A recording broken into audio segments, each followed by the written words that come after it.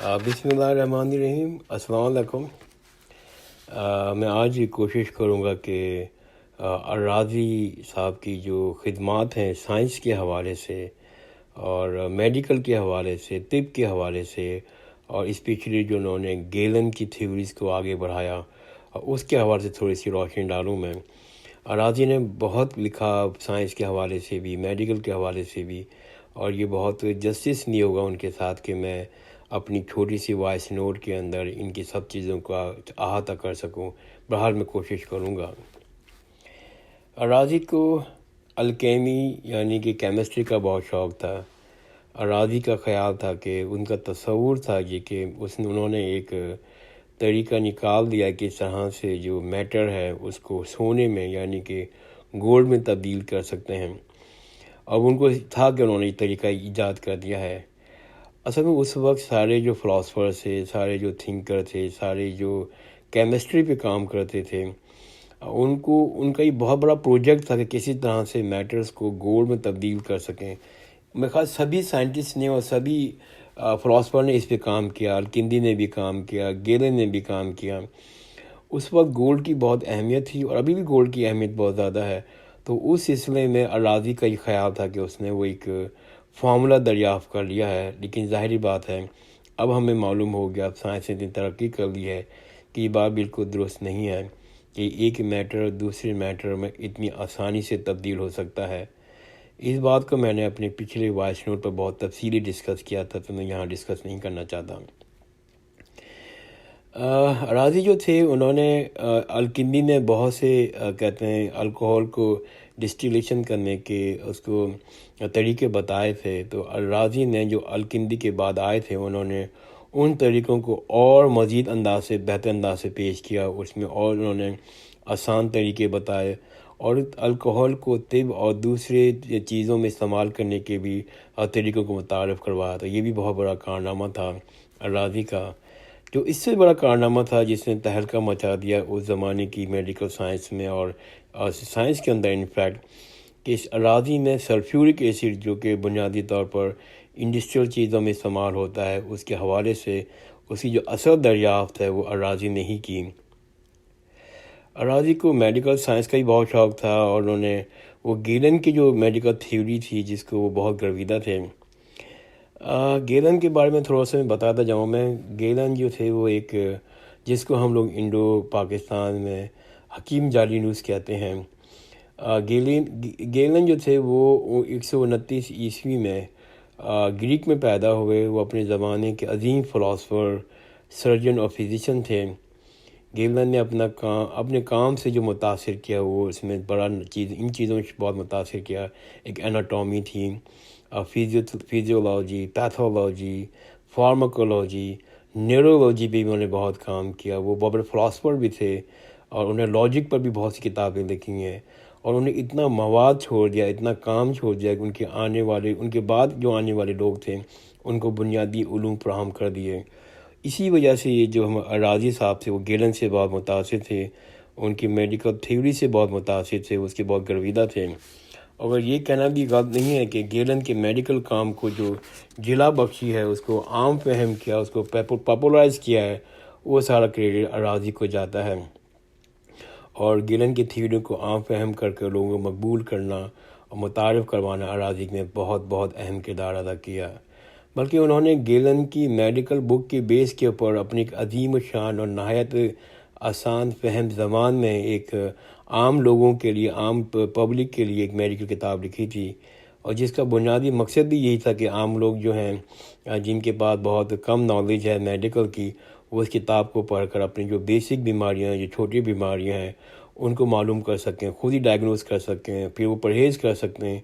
اور مختلف طریقے انہوں نے بتایا کہ کس طرح سے جو عام آدمی ہے وہ ان بیماریوں سے بچ سکتا ہے، پرہیز کر سکتا ہے، اور اس کو اپنا حفاظت کر سکتا ہے، تحفظ کر سکتا ہے۔ ایک اور بات الراضی نے گیلن سے جو چیز لی وہ ایک تھیوری تھی ہیمر تھیوری آف ٹیمپرامنٹ۔ اس تھیوری کو عام فہم کرنے میں الراضی کا بہت بڑا کردار ہے۔ وہ تھیوری یہ تھی کہ انسان کے اندر 4 ہارمونز ہوتے ہیں، وہ ہارمونز کو وہ ہارمونز کہتے تھے، اور مطلب یہ کہ یہ 4 جو ہیں وہ ہارمونز ہیں، وہ بلڈ ہے، فیلم ہے، یلو بائل ہے اور بلیک بائل ہے، اور یہ جو ہارمونز ہیں یہ اگر آؤٹ آف بیلنس ہو جائیں تو ایک دوسرے سے اس کے نتیجے میں انسان جو ہے وہ بیمار ہو جاتا ہے۔ اس کے اندر بیلنس بہت ضروری ہے۔ اس کے بعد میں ہلکا سے بتا دوں کہ یہ جو اصل میں جو ہارمونز ہیں، جو گیلن کی جو تھیوری تھی ان کے مطابق، جو گیلن کہتا ہے کہ یہ کیمیکل ہے جو انسان کے اندر ہوتا ہے، اور وہ کنٹرول کرتا ہے، وہ ریگولیٹ کرتا ہے ہیومن بیہیویئر کو۔ تو انہوں نے کہا کہ بلکہ اس تھیوری کے اوپر گیلن کے علاوہ دوسرے فلاسفر بھی انہوں نے بعد میں کام کیا، انہوں نے بھی اس کو اور ریفائن کیا۔ جو چار جو ہارمونس کے بارے میں جو گیلن کہتا تھا، اس میں نمبر 1 جو ہے وہ بلڈ ہے، اور وہ کہتا تھا بلڈ جو ہے وہ جو خون جو ہے اصل میں صرف لیور کے لیے بنتا ہے، جس میں جو سرگوئن منیچر یعنی کہ انسان کے اندر چستی لے کے آتا ہے، ایکٹیونس لے کے آتا ہے، وہ سوشلی ایکوپ ہوتا ہے اور بلڈ کی وجہ سے، بلڈ کی ہارمونس کی وجہ سے۔ دوسرا وہ کہتا ہے یلو بائل جو ہے انسان کے اندر ایگریشن پیدا کرتا ہے۔ اگر اس کا امبیلنس ہونے کا مطلب یہ کہ انسان زیادہ غصے بھی ہوتا ہے، ایل ٹیمپر ہو جاتا ہے اور چھوٹی چھوٹی باتوں پہ غصہ کرنے لگتا ہے۔ تو تیسرا جو اس نے ہارمونس ہے وہ گیلن کے مطابق وہ تھا بلیک بائل سے ویسے انسان کے اندر ڈپریشن پیدا ہوتا ہے، لونلینس پیدا ہوتی ہے، اور دوسری ایسی چیزیں پیدا ہوتی ہیں جو انسان کو کہتے ہیں خودکشی کرنے پر آمادہ کر دیں۔ اگر بلیک بائل بہت ہی زیادہ امبیلنس ہو جائے تو انسان بعض اوقات اس کی وجہ سے خودکشی کرنے پر آمادہ ہو جاتا ہے۔ جو چوتھا وہ فلم سے مطلب یہ کہ انسان جو لا تعلق ہو جاتا ہے، اس کو احساس مر جاتا ہے، اس کو کسی چیز سے کوئی محبت نہیں ہوتی اور بے غرض سی زندگی گزار رہا ہوتا ہے۔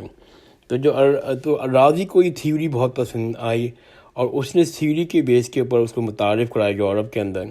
اور کمال کی بات ہے کہ جو فلم کی یہ تھیوری ہے، گیلن کی جو تھیوری ہے، ابھی بھی کہتے ہیں مڈل ایسٹ کے اندر بھی اور میڈیول دور کے اندر بھی اور یورپ کے اندر ابھی بھی اس کے اوپر یقین کیا جاتا ہے، اس کو بیس بنایا جاتا ہے۔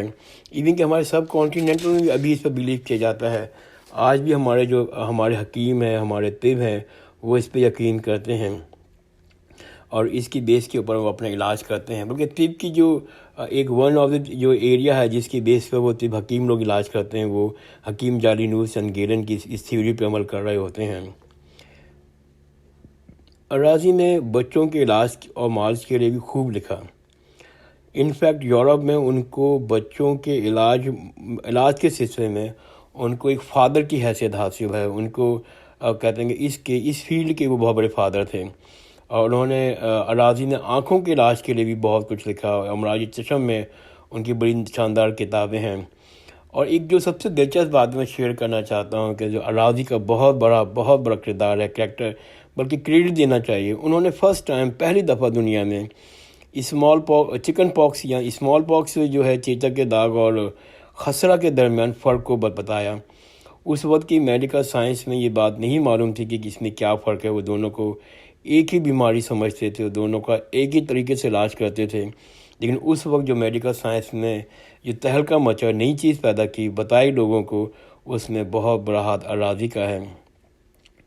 اصل میں الرازی کا جو میڈیکل کام ہے، جو ان کی خدمات ہے، سرجری کے حوالے سے خاص طور پر، تھراپی کے حوالے سے خاص طور پر، ان کی کام کی وجہ سے یورپ کی سوچ پر بہت گہرا اثر پڑا، اور ان کو ابھی بھی باقاعدہ کہتے ہیں ویسٹرن یونیورسٹی میں ایک الگ کرکولم کے طور پر، ایک الگ سلیبس کے طور پر پڑھایا جاتا ہے۔ خاص طور پر میں جس یونیورسٹی کا نام لوں گا وہ ہے سربون پیرس میں۔ اس میں آج بھی الرازی کی میڈیکل ورک کو خاص طور پر پڑھایا جاتا ہے، اس کو میڈیول پیریڈ میں، اور ایک گریٹ میڈیکل سائنٹسٹ کے طور پر دیکھا جاتا ہے، اور اس کے کام کو بنیادی طور پر ایک میڈیکل تھیوری کا حصہ سمجھا جاتا ہے۔ تو یہ بہت بڑا کریڈٹ ہے کہ ویسٹرن کے لوگ ابھی بھی الرازی کو وہ عزت اور وہ توقیر دیتے ہیں اور اس کو اپنا استاد مانتے ہیں میڈیکل سائنس کے اندر۔ میں نے کوشش کی کہ میں اس چھوٹے سے ٹائم کے اندر الرازی کی جو موٹی خدمات ہیں، موٹی جو چیزیں ہیں، جو ان کی کامیابی ہیں اور جو کریڈٹ ان کے کو جاتا ہے، اس کو شیئر کر سکوں۔ جزاک اللہ خیر، خدا حافظ۔